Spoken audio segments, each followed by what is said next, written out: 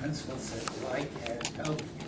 I'm sure the principal knew very well what was going on. So I've had my share of anti-Semitism. In 1936, at the age of 15, I didn't make a mistake. It was 1936, and I was 15. I was at a Zionist summer camp. And I discovered something astonishing. In order to establish the Jewish national homeland, we Jews would have to do to the native Palestinians what the European settlers did to the Native Americans. It was not yet common knowledge that there had been ethnic cleansing and worse against Native Americans. But this made a very deep impression on me. And from that time, I have been an anti-Zionist. But then came the Holocaust. This put a new picture on things. The British and American governments demonstrated their empathy and sympathy by closing their doors to immigration from persecuted Jews from Europe. And there was only one place left for them, for which Lord Balfour breathed a deep sigh of relief, getting rid of those nasty people from Eastern Europe and shipping them off to a new colony to be called Israel. But that is a long time ago, and a lot has changed. There is now a state that calls itself Jewish and democratic, the State of Israel, and there is a fragment of Palestine, about 20% of the original land, reserved for a future, if it ever happens, Palestinian state. There are several obstacles to the two-state solution. It was about 7 years ago that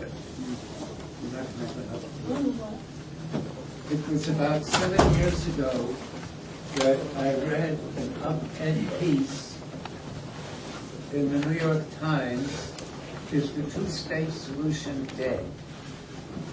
At the time, I was wholeheartedly in favor of the two-state solution, which proposed to set up a Palestinian state living in peace and, well, maybe not friendship, but at least in peace with Israel alongside in that narrow strip of land between the river, the Jordan, and the sea.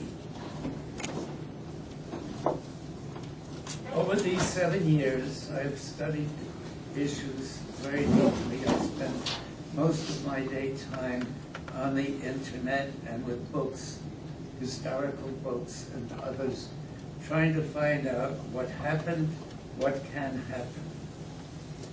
And I've reluctantly come to the conclusion that what are called facts on the ground have made it impossible to have an independent Palestinian state. It is not just the settlements. The Zionists are not worried or not concerned about people. They're concerned about square dunams, or square kilometers, square miles. They are interested in how much of biblical Palestine, and this is not a lecture on biblical Palestine, so we'll let that go. How much of biblical Palestine can they reclaim for the Jewish state of Israel? The settlements require an elaborate infrastructure. There are roads. These roads are for cars bearing Israeli license plates. Palestinians, that is, not Palestinian Israelis, but occupied Palestinians, are not allowed to cross these roads if there is a military patrol nearby. Palestinian cars are not allowed to use these roads. Aside from the roads, there is the wall. The last wall I knew about was the one that separated Eastern Germany from Western Germany, built by the communist Germans to keep their people locked in. This wall is also intended to keep people locked in. Now, Israel is very concerned about security. They have had terrorist attacks. Dozens of Israelis have been killed, in return for which thousands of Palestinians have been punished, mostly by death. Along with the wall and the roads, there is an elaborate system of checkpoints designed to make life miserable for the Palestinians. The farmers require an ID card which permits them to go through a checkpoint to their farm if the farm happens to be on the other side of the particular obstacle. There is a farmer whose land is a few meters from where he lives, but the nearest checkpoint was 7 kilometers down, and he had a license to go to that checkpoint, cross over, and come back to his farm. He had no license for his donkey, so he carried his tools on his back. If you're interested, I can give you the documentation separately. One day, they opened a checkpoint just near his farm. He was overjoyed. He went to the checkpoint, and they said, but this is only valid, and they sent him to the other checkpoint. At the other checkpoint, they said, well, we're sorry, but now there's a new checkpoint near your farm. This is no longer valid. It took him many months to straighten this out. He lost 1 year's crop. The object is what was used to be called population transfer by the Zionists. In Europe, it was called ethnic cleansing. The objective was to make life so miserable for the Palestinians that they would leave voluntarily.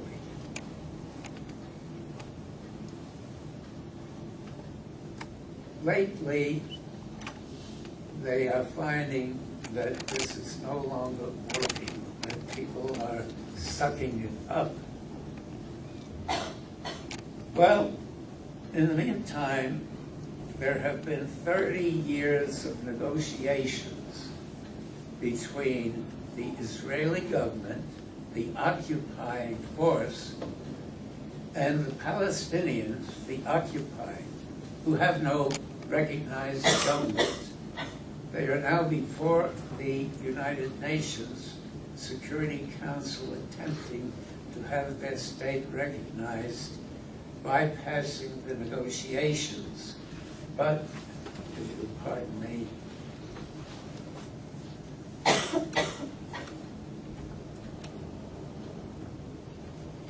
"20 years ago, in 1992, Prime Minister Shamir, leaving office, declared, and this is public record, it's in the New York Times, it's in Haaretz, It's on other websites. Yitzhak Shamir declared, I could negotiate, well, he used the word talk. I could talk for another 10 years. And in those 10 years, we would have another 500,000 settlers. Well, the United States is pressing for negotiations, and over 20 years, they have their 500,000 settlers and more. What is the position of the ruling party of Israel, the Likud? Last time I spoke to this group, I told you about a website where you can see the Likud platform on the official Knesset website. I don't know if any of you took me up. I've taken the trouble to download it. And I was asked, what year was that from? Well, between my last talk and tonight, they have updated it. And this is the text, copyright 2012. I read, subheading settlements. The Jewish communities in Judea, Samaria, and Gaza are the realization of Zionist values. Settlement of the land is a clear expression of the unassailable right of the Jewish people to the land of Israel. For those of you who don't know, Judah, Samaria are Hebrew names for the occupied West Bank. Unassailable right of the Jewish people to the land of Israel and constitutes an important asset in the defense of the vital interests of the State of Israel. The Likud will continue to strengthen and develop these communities and will prevent their uprooting. Self-rule, subheading self-rule. The government of Israel flatly rejects the establishment of a Palestinian Arab state west of the Jordan River. Well, if you don't have the map clearly in your head, the only territory west of the Jordan River is the abortive Palestinian state, the State of Israel, in the Mediterranean Sea. Now, very generously, the Palestinians can run their lives freely in the framework of self-rule, but not as an independent and sovereign state. Thus, for example, in matters of foreign affairs, security, immigration, and ecology, their activities shall be limited in accordance with the imperatives of Israel's existence, security, and national needs. Subheading, the Jordan River as a permanent border. This is on the website, copyright 2012. The Knesset website. Knesset is the Israeli parliament. The Jordan Valley and the territories that dominate it shall be under Israeli sovereignty. The Jordan River shall be the permanent eastern border of the State of Israel. The Kingdom of Jordan is a desirable partner in the permanent status arrangement between Israel and the Palestinians in matters that will be agreed upon, bypassing the Palestinian authorities. So much for Likud. I will not argue with the justice or the rightness of this. I simply present an official Israeli document for your consideration and to understand that I consider that negotiations are pointless. I consider Obama to be a sucker and a victim of Israeli double talk, because all his aides and advisors had to do was to read the official platform of Likud, which is Netanyahu's political party, by the way. And so what is the point of pressing the Palestinians for negotiations with a partner who is deaf, dumb, and blind? Not dumb in the sense of non-compos mentos, but they just won't talk. So I reluctantly came to the conclusion, shortly after the application to the Security Council for recognition of the Palestinian state, that it is pointless, that there must be a way to resolve the issues otherwise. So let's look now at the one-state solution. As matters stand now, Israel is a totally Zionist-dominated state. We read how the Orthodox rabbinate has full control over marriage and citizenship within Israel.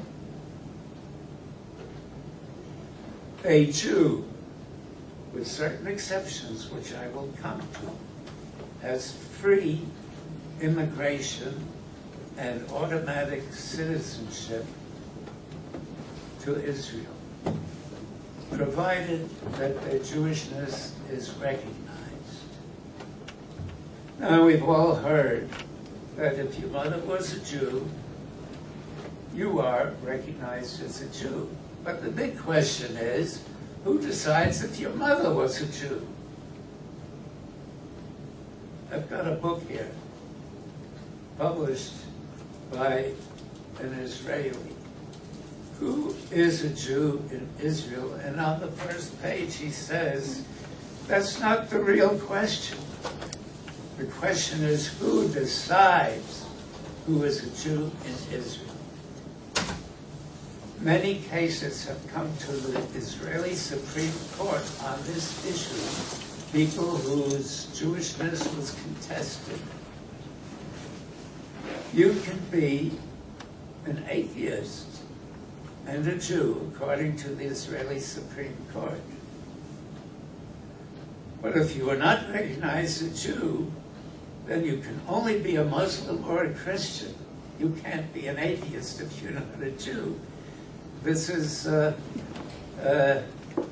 maybe you've heard about scholars of Talmud who split hairs all their lives.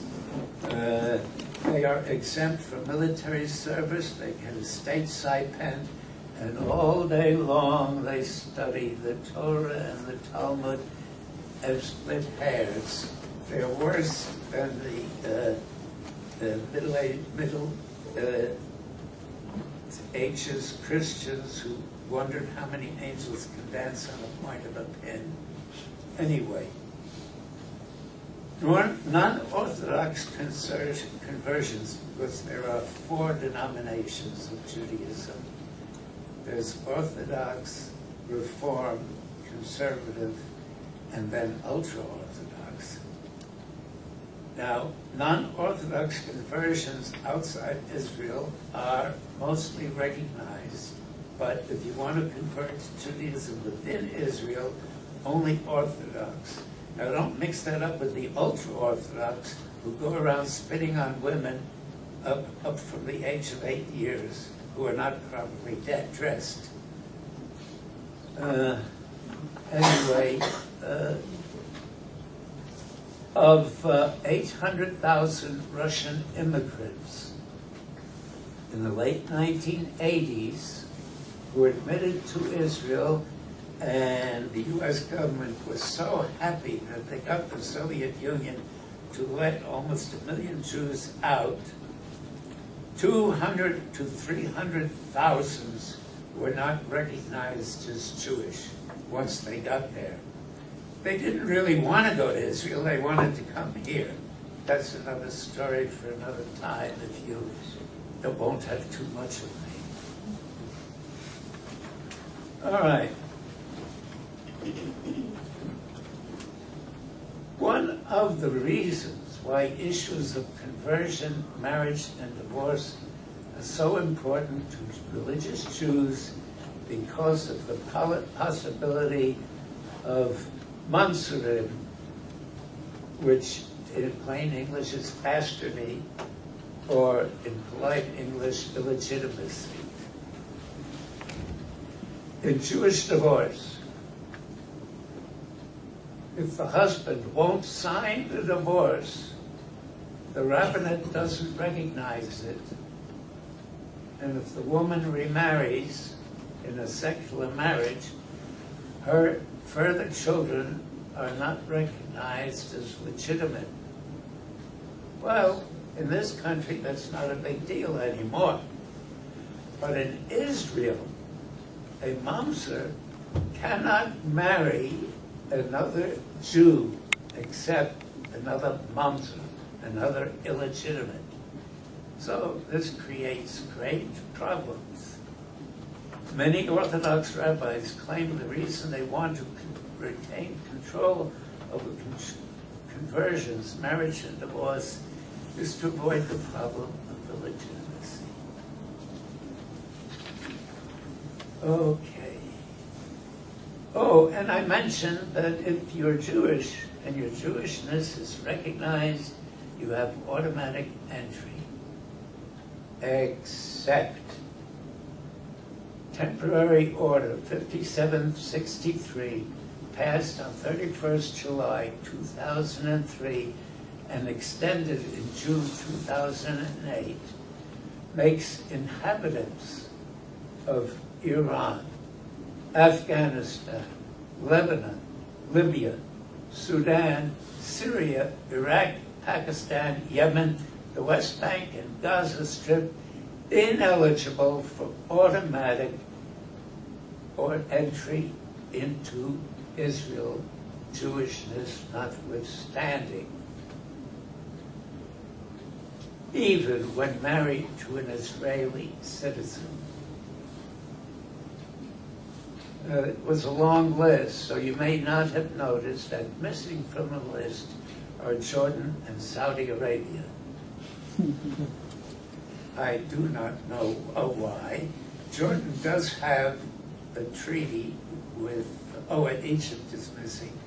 They have treaties with Israel, but Saudi Arabia has not. I wonder if oil has anything to do with it, oil for the Pesach lamps, you know? So,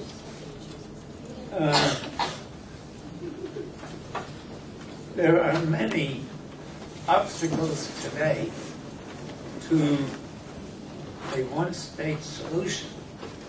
The main obstacle is that every Israeli, it is a democracy in this sense, every Israeli citizen has a vote.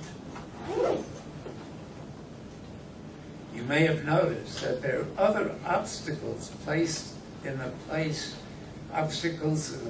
of non-Jewish citizens, particularly in the issues of marriage, of residence, and so on. But you still have a vote. Palestinian Israelis today constitute 20% of the population. The Knesset can live with that. If all of the territory between the Jordan and the Mediterranean did become part of Israel, what they call the demographic menace would be a split 50-50, Palestinians and Jews. And there are some liberal Jews whose vote can't be counted on to support Zionism. Some of you who saw the film Budrus here a couple of months ago saw liberal Israelis who came to support a Palestinian village attempting to hold back the wall going through their land. So, they are very concerned about the population, the demographic dilemma. What to do? The population transfer no longer works. They talk about negotiating peace with and setting up a Palestinian state at the end of negotiations with, quote, agreed land transfer, unquote. Reading between the lines, we will see that the land they're proposing is an equal number of square dunam, or square kilometers, square miles, without regard to the people who live there. 500,000 Jewish settlers versus, I don't know the census figures, a certain number of Israeli-Palestinians who would be transferred to the prospective Palestinian state. Now, the interesting thing is that the Israeli-Palestinians don't want to be transferred to Palestine.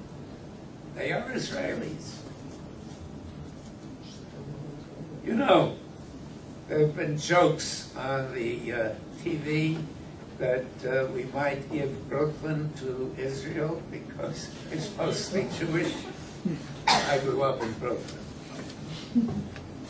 But this demographic dilemma is a very real thing, and the Palestinians do not want to be just treated like so many haystacks to be transferred as inconvenient people.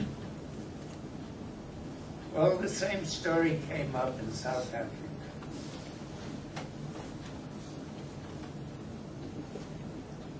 The power was in the hands of the Afrikaans, the descendants of the Boers, the white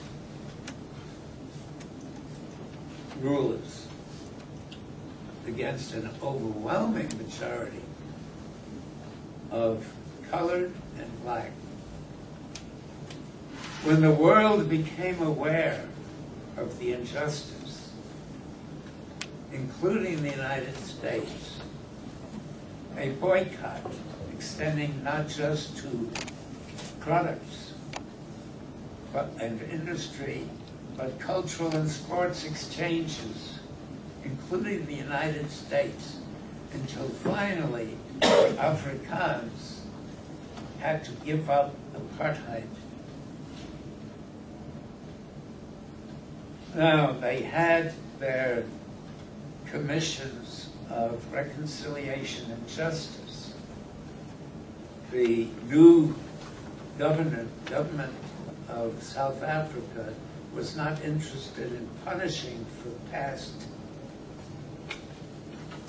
sins, and so it is mostly a peaceful transition. But here is an American Palestinian, not a Palestinian American, an American Palestinian, that is, an American who went to Palestine and set up business there, by the name of Sam Bahur. Soon, if the current trajectory continues, Palestinians will tell Israelis, you win. You get it all. The West Bank, Jerusalem, Gaza, the Jordan Valley, the settlements, all the water, and guess what? You get us too. Now, where do we sign up for our health care cards? There are today many authors on both sides of this. I can't call it a divide, because these people, Jews, Christians, atheists, Muslims, are lining up like Sam Bahur behind the one-state solution. In his book, One State, published in 2003, Ali Abunimah, who used to be a buddy of President Obama's until the right wing got in his case, wrote in his book,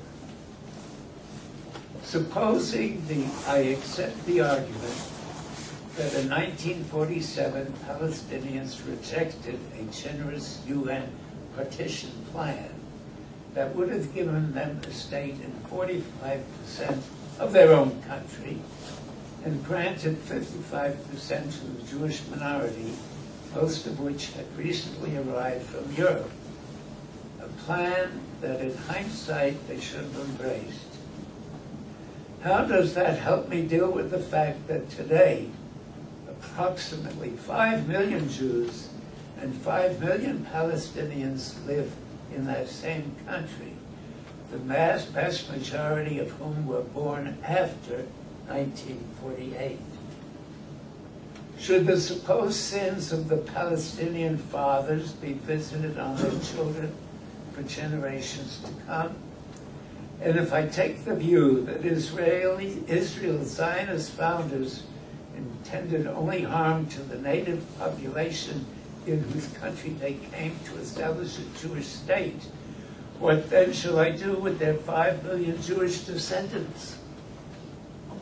The fact is that today there are two communities who have a right to life, freedom, and absolute equality no matter what happened in the past or continues to happen in the present. If we start from this premise, reconciliation becomes conceivable, even possible. So he wrote a whole book about the one-state solution, but no indication of a practical way to get there. What about this transmission of sin? The Bible, the Old Testament, apparently written by Jews sometime before Christ, the Bible says, the sins of the fathers shall be placed upon the children, yea, unto the 7th generation.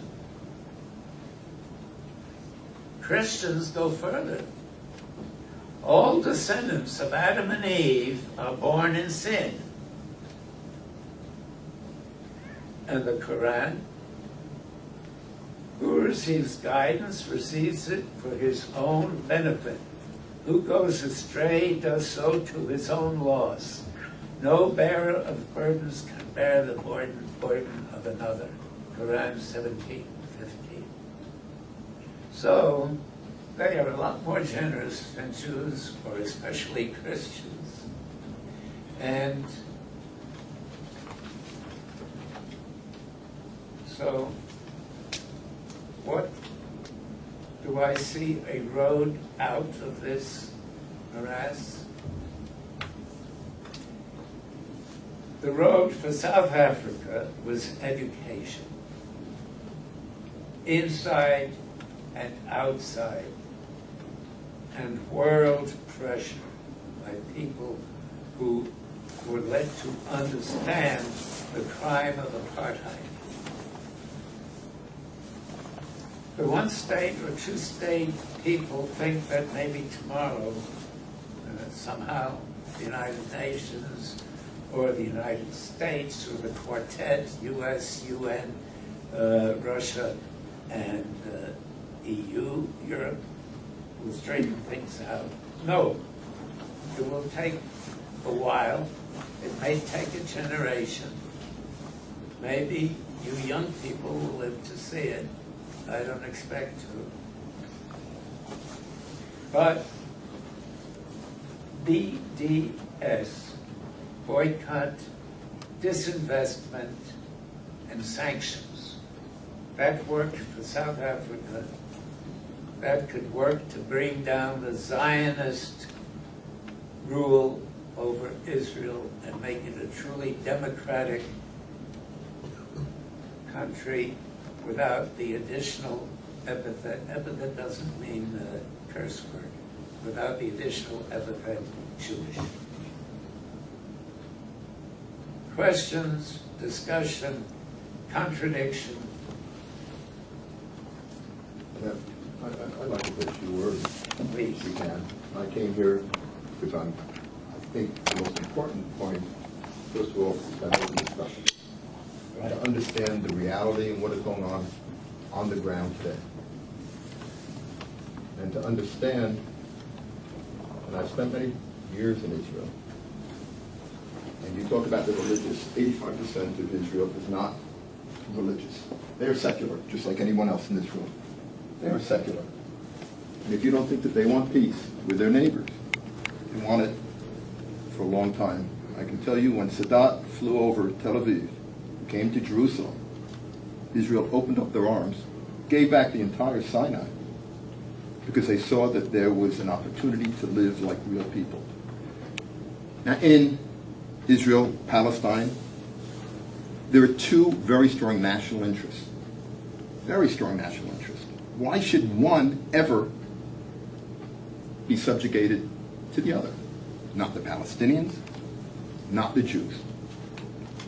They should each have their own national interests, and they should absolutely be able to express it. Can there be peace? And I don't even talk about a two-state solution. It's the only, in order to keep two nationalistic groups, to encourage them to develop, by definition, if you have one state, one will be over the other. And it may be the Jewish people over the Palestinians if you had one state, and if that was the case, they could pass all the laws they want, because it's a democracy, and they could outrule Palestinian rule forever. That's ridiculous. No Israeli wants it. They say, let the Palestinians have their national interest. And yes, they are now looking at the map, and you say it's just the word transfer. No one uses that word. There is no such thing. That is absolutely false. What they are talking about is, yes, and it is meticulous, to make a line that would go around the different populations so there will be no transfer. Not that there will be transfer, there will be no transfer.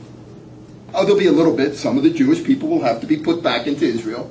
And by the way, talk about transfer, about the only transfer that's taken place that I know of was in 2005 when Israel got out of Gaza totally, and the Gazans didn't want one Jew in there, and they were transferred out of Gaza. There was transfer, but not by the Arabs, by the Jews. The Jews transferred themselves because that was what the people there wanted. Normally in a peace you would have maybe them living together. So that was about the only transfer you have, and no one is talking about transfer now. It's the opposite. And it is inconceivable that you can put false truths and contort it into information that is simply not true. So can there be a peace? Absolutely. Yes, Israel is hypersensitive about security. They're very hypersensitive about sitting on the border after they give back the whole area of Gaza, and then they are shelled, innocents are shelled. And interestingly enough, look what's happening in the West Bank. Has anyone been to the West Bank lately? Jenin, Ramallah? Anyone been there yet? And if you were there 10 years ago, you would be amazed at the change. The change with Petraeus, who was there from the American side, and you have to thank the Americans for being involved. The Israelis, the Palestinians are working together in Jenin, and they have transformed that city into a vibrant, working city, cooperating with both sides. It is a Palestinian city, yet it is cooperating, and it is working. Never say it's not working. It is working. Ramallah is starting to flourish. Interesting. Why on the West Bank is it flourishing, and on the East and in Gaza it's not? What's the difference? The difference is people aren't shooting, people aren't sending bombs. They're working together. And if anyone, and we're in an institution now that is supposed to open our minds, if you really want to look for a solution, be positive. Can there be? Absolutely there can be. But it takes a lot of work and a lot of goodwill. So don't ever put in the minds of anyone that there's some sort of transfer and that Israel wants to transfer these people out. The citizens, the Arab citizens living in Israel, go to all the hospitals in Israel. They're not Jewish hospitals, they're Israeli hospitals. They go to every one. Go down, walk down the aisle, inside a corridor, inside a hospital. You talk about apartheid? Everyone is together. Religious, non-religious, Arab, Jew. No one is treated differently by any doctor, whether he be an Arab doctor or a Jewish doctor. Go to Hadassah, right in Jerusalem. You will be amazed at how it works. And it does work. True, the contributions are from maybe the Jewish community in America, but that doesn't matter. Because the people that are being served are everyone. Totally democratic and totally equal. And don't ever think it isn't that case. You should take a trip there. You have to see it. It's amazing. May I interrupt? I took great pains to say that transfer is an obsolete term. I did not use the current term, which is Judaization.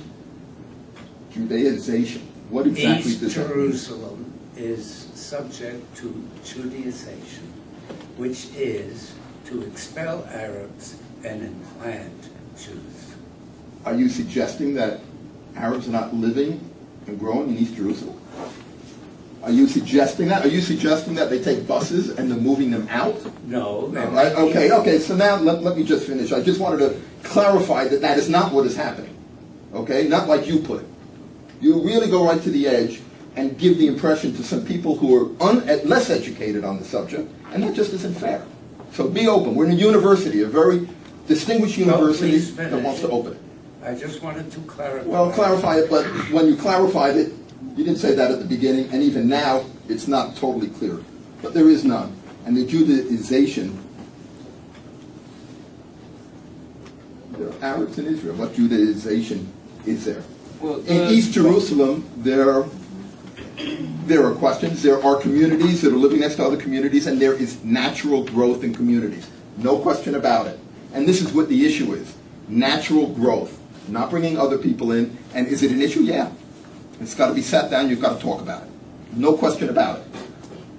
But for crying out loud, the idea that you see what the Likud said in their political platform. Look at the political platform of Begin. And Begin signed the peace treaty and gave everything back. So what is in a political piece of paper and what is reality are two different things. You know, they have internal politics, just like everyone has internal politics. This country has internal politics. It doesn't mean that what you originally say happens in the end. Okay? But I will tell you from being on the ground quite often that there can be two nationalities in the area. There is room for everybody.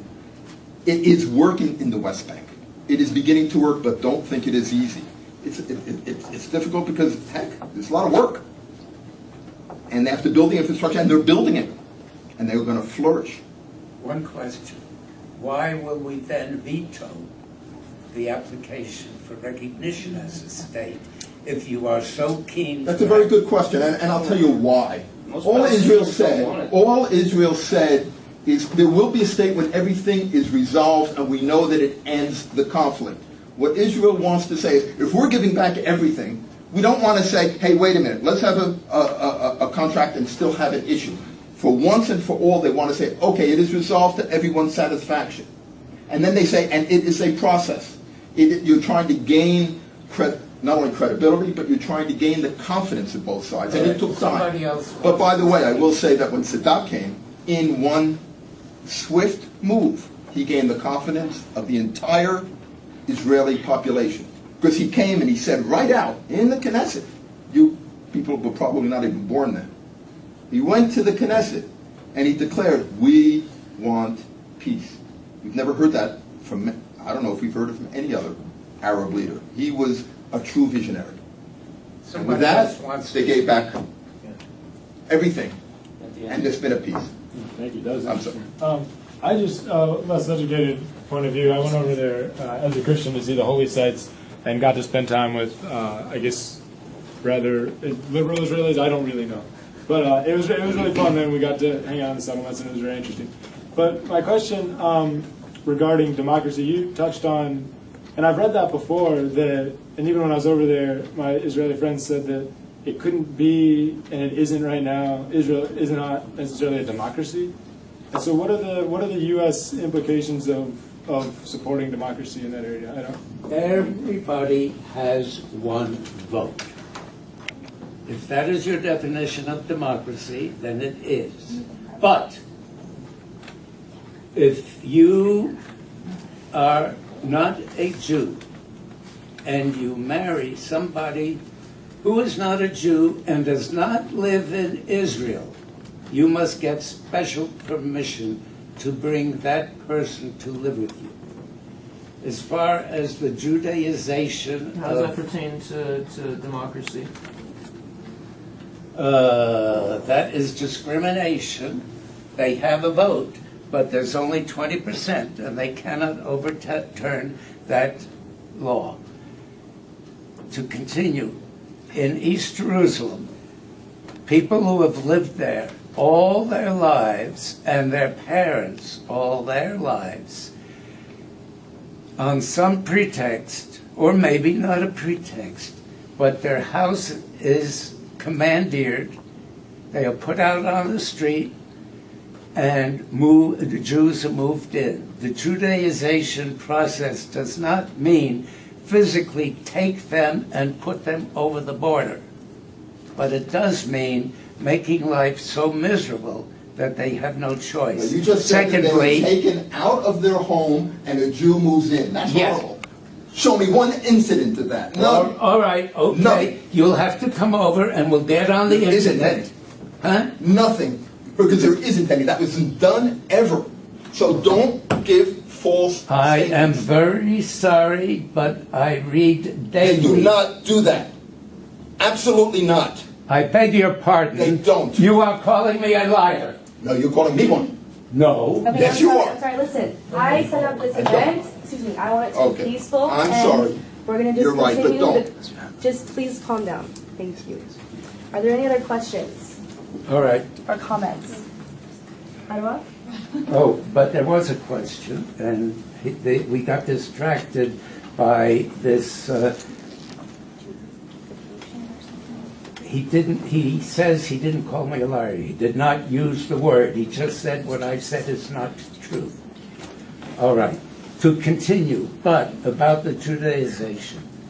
If, for instance, you leave Jerusalem for 7 years, say to study at Virginia Tech, you are not allowed to return if you're not Jewish.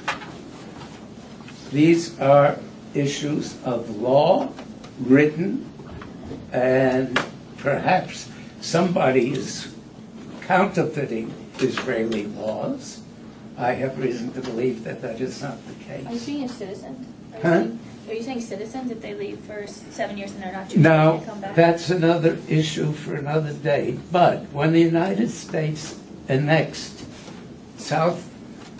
the southwest region, which was Mexican northern counties, they granted citizenship to all the inhabitants. That's where our Hispanics came from. When Israel annexed East Jerusalem, this is not clear to me. I'm still trying to find out. I saw one place where it said they offered citizenship to the Arabs living in East Jerusalem, but it was refused. That makes sense. It may have happened that way. I do not know. All I know is that the Arab residents of East Jerusalem are not considered on the same plane as Palestinian Arabs,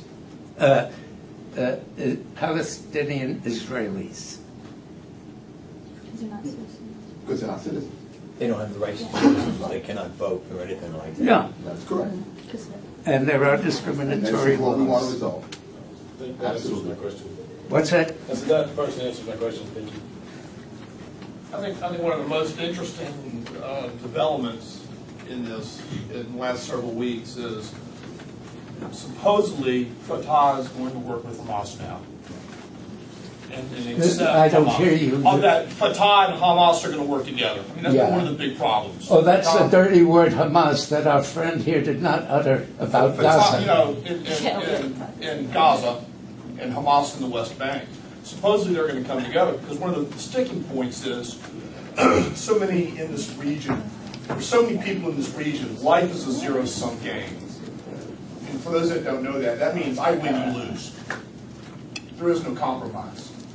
What's interesting to note is we were this close, I think, to peace when the Israeli Prime Minister was assassinated. And it wasn't by a Palestinian Arab. It was by a Jew who did not want peace. So on both sides, in Israel and in the occupied territories, you have that fringe element that we have to win, you have to lose on both sides. It will be interesting, and that's part of the problem, I think, with either one state or two state, is who did he negotiate with when, like you said, you read the Knesset, the Likud, it's a political document, absolutely.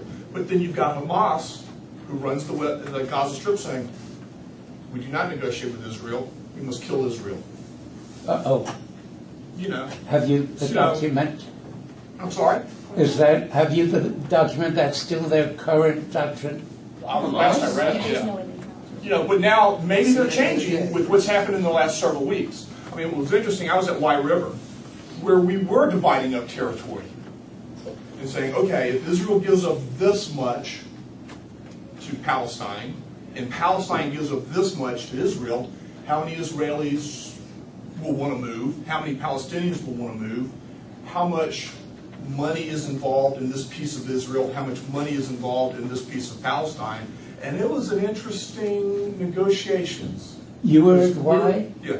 Because we were throwing around people, economic, you know, you got your farm, as well as the cost of construction.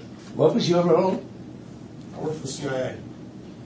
And we were in the back room doing this analysis for the negotiators, saying, okay, if the Palestinians are willing to give up this town or this stretch of the West Bank, and Israel is willing to give up this much, what is just compensation, for lack of a better term? Whether it's people or money or the cost of a house. And we were getting close. I think 2 times we've gotten very, very close. But so many in that region, for them it's a zero-sum game. What prevented? At White River, I think ran out of time and political pressure. Think back to like the major political development in the U.S. when we created the Constitution. It was done behind locked doors and nobody knew about it. They went in to just kind of jigger around with the Articles of Confederation. They came out with a whole new document. White River was very similar. But things started to get out. And that's when pressure came to bear on those that were doing the negotiating. Where, you know, the fringe element, you cannot give up this piece of my land or that piece of my land. Is there a possibility of peace? I don't know. Not tomorrow. I say we've come very close on a couple of occasions. First, the apartheid structure, which is denied, will have to be dismantled by world pressure.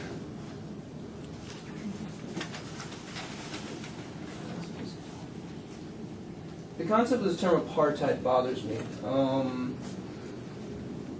One of the, there's this thing I see on Facebook constantly, actually. It shows a boss, and this quote next to him says, in a Palestinian state, there would be no Jewish citizen, no Jew would ever step foot. It's a quote he's actually said more than one time. Who said that? A boss. And you're talking about apartheid. I just got back from Jerusalem, and I worked 2 jobs there, and the guy who took my second job when I left it, Muatez, really cool kid, he is a Palestinian Israeli. Full citizenship. His mother's treated at Hadassah Hospital. She's sick. He's a student. He holds 2 jobs. He didn't have to go to the military because he's Palestinian.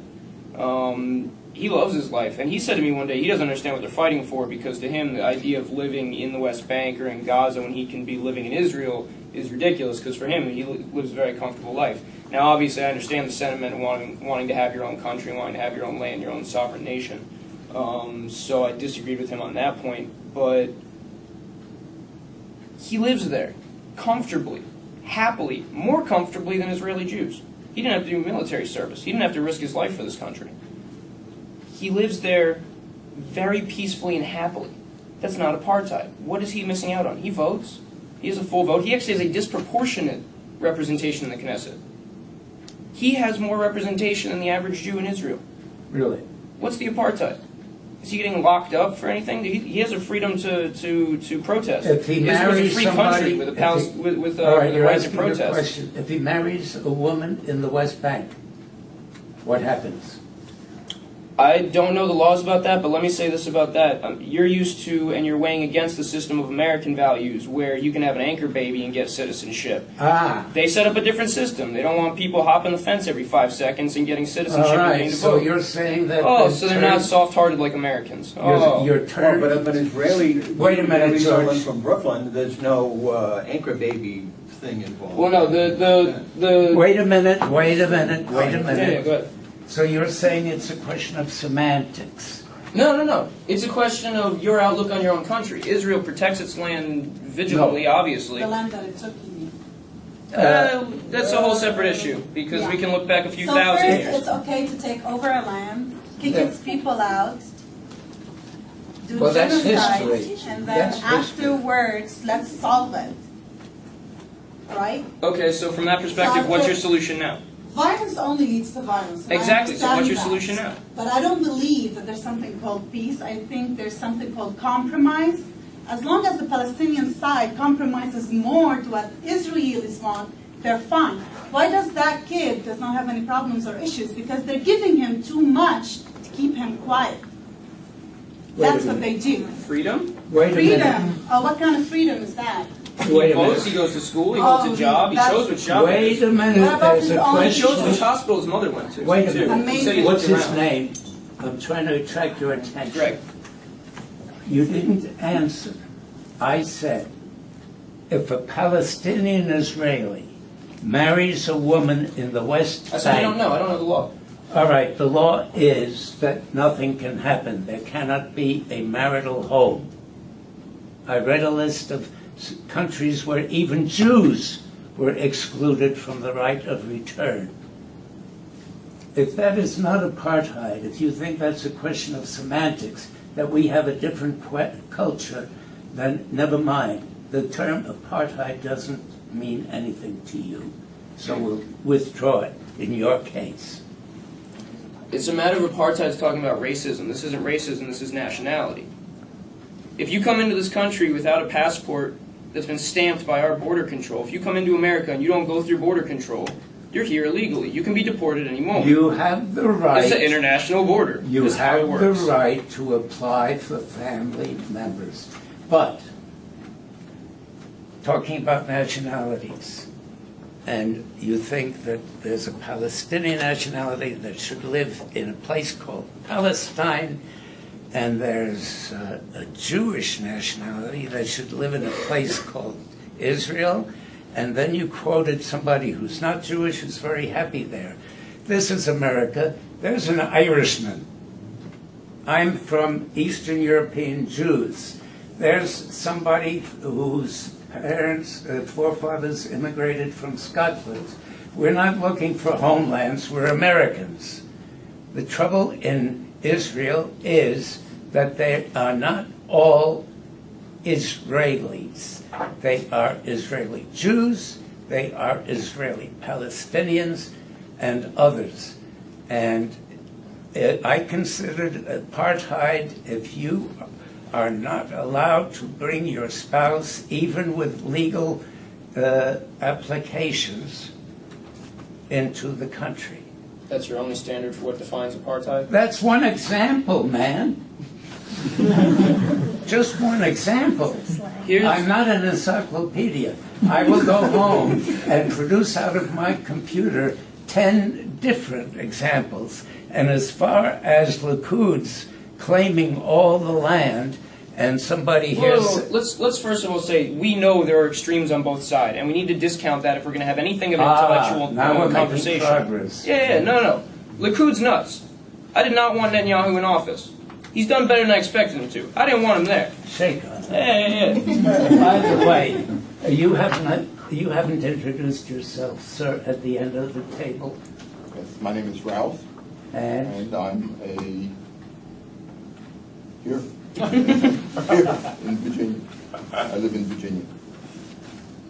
But so, if we're going to discount the far ends, we can stop bemoaning Likud's political stance. Okay? they are the government. No. They hate Netanyahu too, because he's stepped down from what he used to be. That's why I like him more than I used to, because he used to be what Likud says. And he stepped away from that because he recognized he was part of the crazy right wing. And he didn't want to be part of that. He wanted to get a little bit more central, get a little closer to what's reasonable and intelligent and will actually produce a positive move forward. Now, he's still not where I'd like the Prime Minister of Israel to be, but he is not what Likud says on their website. Maybe in his heart of hearts, but what he knows needs to be the political stance is not that. Well, that's like, what's his name, who ran South Africa and signed the liquidation of apartheid. De Klerk. Yeah. So if he will liquidate whatever you want to call it, if it's not apartheid, that would be great. The current Israeli administration and the vast majority of Israelis want a two-state solution. That is the most popular position right now. Like I just expressed in my own sentiment, there is absolutely an understandable nationalistic drive within the Palestinian people. They should have their own country, their own land, their own government, all this and that.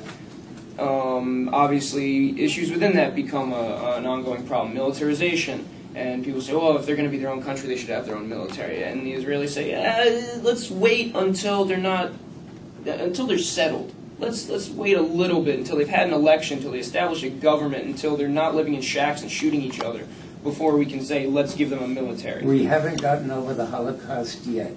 It's not even that. We haven't gotten over the bus bombing in December. We haven't gotten over the 37 rockets that landed while I was there for 7 months in Sderot. We haven't gotten over We haven't gone over the millions that were murdered. Thank you very much. That's fine. You have a right to not be over it either. You shouldn't be. All the people that died so far within the past 60 years, 65 years, I mean, you just talk about bloodshedding. You talk about millions of people. I mean, people do die of old age. The old, yeah, right. Forget about the bombing and the destruction and cutting the water and the electricity. I'm sorry, that's a lot for freedom. Excuse me. No, I mean, I'm not saying that the Israeli people are. We are trying to distinguish between Zionism and Jewish people. We have no problem with Jewish people. Well, there's also we are against the idea of Zionism. You need to distinguish between extreme Zionism and reasonable Zionism. The state. Because I believe in a two-state solution, but I consider myself a Zionist. On extreme Zionism. That's what it was based on. Like now any country was based on extremes. How do you think America came to be? We're all revolutionaries. Well, that makes it all right. That's debatable. Exactly. Like anything. But this is being monopolized by just a few people.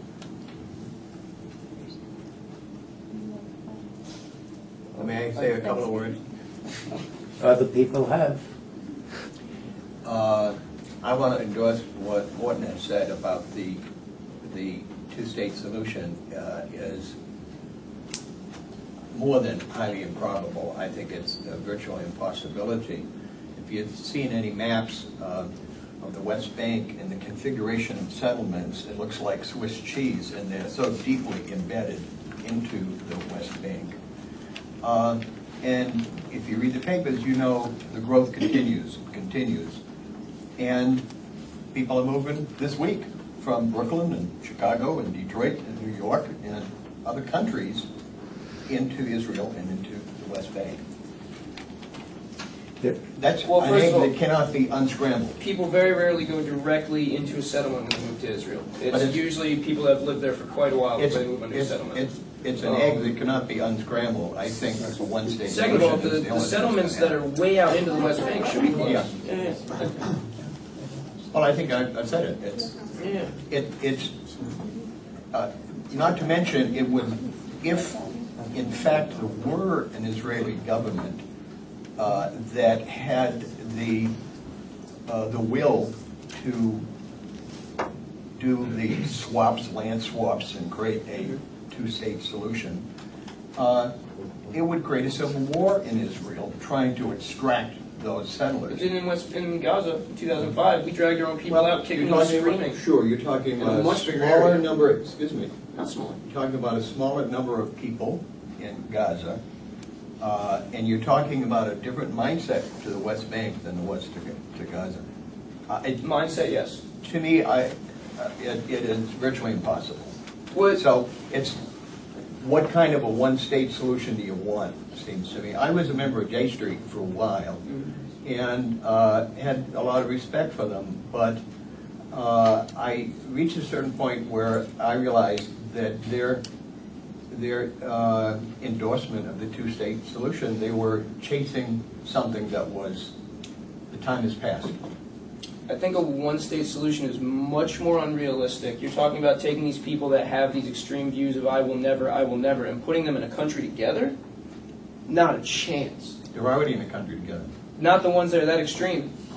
How many are They're already there. extreme? They're already there. It's a question of There's working out the structures to normalize and equalize the existence between the people, and probably a protracted period. What happened in Northern Ireland, where the Protestants and the Catholics Hundreds of would years. never get together? Hundreds of years, and yet they're working it out with difficulty. And by the way, Ralph, up until the point where you got on to population transfer, which I pointed out is no longer used, I agreed with what you were saying. But then you sort of wandered off. I don't want you to start again. But you were very good up to that point, let me tell you. Are there any other questions or comments from other people who haven't spoken yet?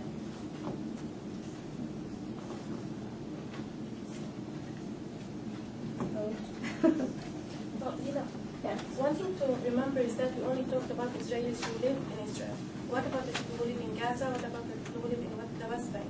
If you see, we have so many checkpoints, and he told you a story about a farmer who had to wait till his corpse died, and then also we have so many deaths on the checkpoints.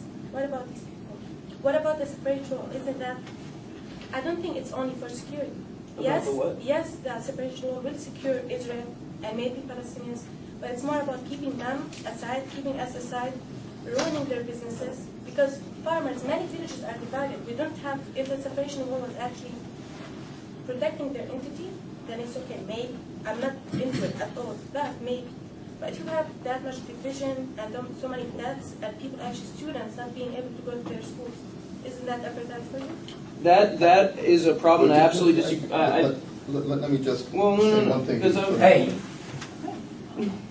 a little order here, one at a time. Sorry.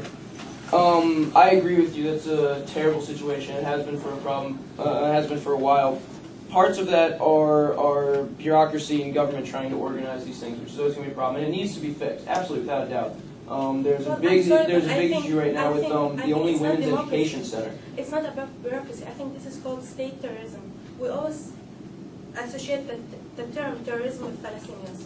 That we have to come to a point as Americans, as the whole world. No, the military, the state itself can be really terrorist, and it has proven so many times that it's a terrorist state. So when the world starts actually recognizing that, and as our speaker said, boycotting, pressuring, all of that, then there will be no peace and there will be no states, if we want it to be like this. But we have to recognize that this state is doing wrong to the people who are living there, and we have to stop it. Let me just ask you, in a utopic situation,